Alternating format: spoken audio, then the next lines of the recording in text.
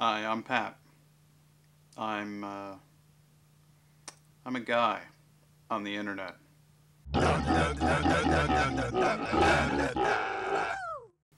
want to talk about rage. Rage. Rage. I want to talk about getting pissed off. No, I want to talk about a video game called Rage, developed by id Software and Bethesda Softworks.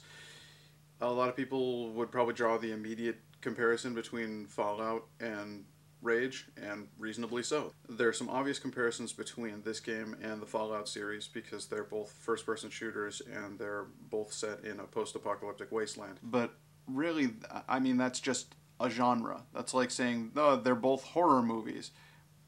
Yes, they are, and that's okay. You can make more than one, and they can both be good in different ways. Bethesda, several times throughout the game, kind of just says, look, we know that we made the other one. Relax, let's just have a good time. It's a completely different backstory. It's a completely different reason for people to have gone underground, and yet they have gone underground.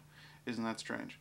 The idea is that you are this guy who woke up in a cryostasis pod from what they call the ARC program, and when the asteroid Apophis hit Earth, people went underground in these pods called arcs and waited for everything to stop blowing up, and then they came back up. And they were asleep the whole time. There was no vault civilization. There was no anything during that time. You were just out cold. And you wake up and it's much later and people are still alive and things have gotten a little weird. So you are trying to survive in the wasteland. You meet some cool people. They help you out here and there, and they give you some cool guns. And eventually they want you to join some resistance organization, and that's great. Except for the fact that they have you killing the people that you're resisting against long before you have an explanation as to why those people are bad and why you should be killing them. I thought that was kind of a little odd, but it's fairly typical of the various plot holes in this game. If you're looking for character development, backstory, or a believable world, you've come to the wrong game. And you just have to accept it right at the beginning or you're not going to enjoy it. Once you've accepted it, you're going to enjoy yourself a lot because the game has a lot to offer. There's a slightly different combat system than you're used to. You have a first-hand weapon and an offhand weapon or contraption. You've got basically a pistol, a machine gun, a shotgun, the basics. But I think you'll find that when you start playing the game, they behave very differently than a lot of other games because of the interchangeable ammunition system. Think BioShock. You know how you were able to get regular buckshot or electric buck? Well, that's how it goes with the shotgun, the pistol. Everything in the game is sort of customizable in that way. My personal favorite one of these is called the Kill Burst. It's a mod for the pistol. You've got a revolver, and basically this thing adds a second loading mechanism to the loading mechanism. So instead of having, I think the revolver has 8 or 9 shots, which obviously is big for a revolver, but then double that and then fire all of those shots at once with one pull of the trigger. Of course, you have to take the thing out and snap a whole new one in there, and the loading process is a little bit longer, so it's kind of like one shot, one kill. And if you miss, you better take cover. But I just thought it was a brilliant concept to take something as innocuous as the pistol and make it into a powerhouse weapon. The contraptions range from the wing stick, which is a sort of boomerang that you can throw at people, and it's stabby. It's a stabby boomerang. Or you can use drones, which are sort of little mecha turrets. It's like a little 6-legged robot that climbs around and shoots people with the gun that it has for a head. I think they're cute. There is no inventory system. You pick it up, you carry it. You've just got tons of stuff. id Software does things primally. That's the whole point of their games. You want something that's fast, exciting, ultra-violent, and where you have access to all of your tools right at once. So every weapon you pick up in the game, your character stores. There are a lot of little mini-games that you can play. I guess in the wasteland, when all you have to do with your day is try to find water and not get eaten by mutants, people come up with some pretty interesting games to play with each other. So there's a lot of little side things that you can play in the game, earn yourself some cash, and distract yourself from the general storyline of the game. By and large, they're not that great, with one major exception, and that is the racing. Obviously, when you're out doing, you know, the world traveling thing, you need a vehicle. And in order to fund this vehicle and all of its fancy attachments, you can join in a racetrack in either of the two major towns that you visit during the game. And they have standard racing, they have time trials, they have what's called rocket racing, which is kind of like Mario Kart, where you're just going for the goal, but you're also trying to blow each other up.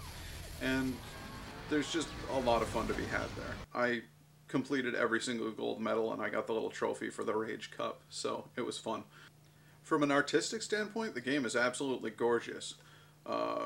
Directly in contrast to the Fallout games, they've decided to go with a vivid color scheme, have everything, you know, kind of vibrantly coming back. There's plant life with pretty purple flowers. There's yellow glowing deserts.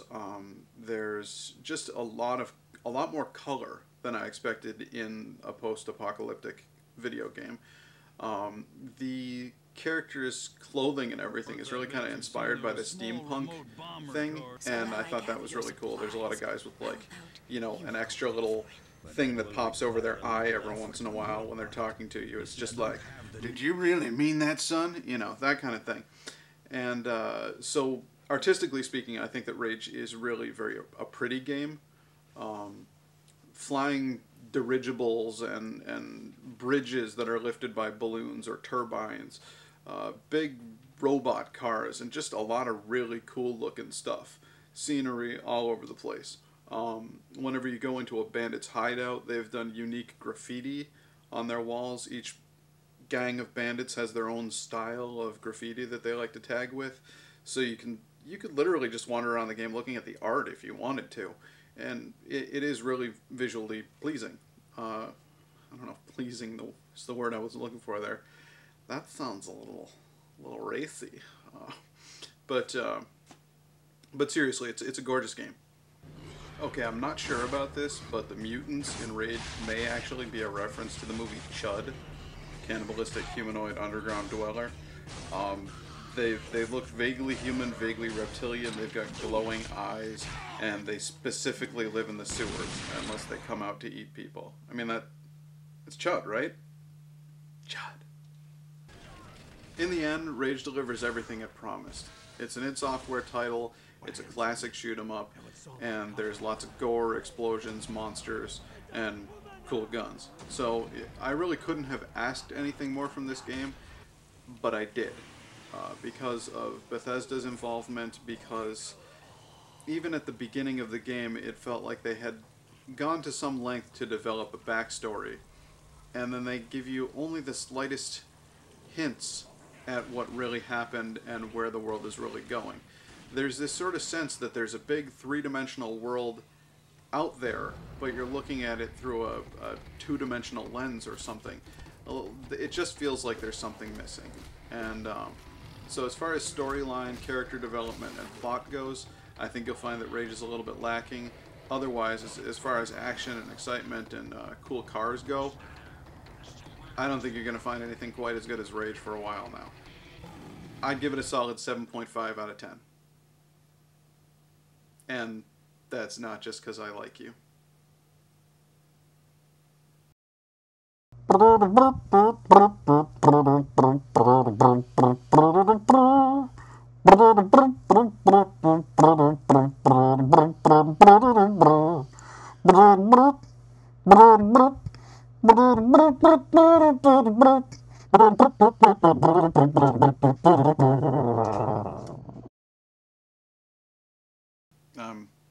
I was recording a blog.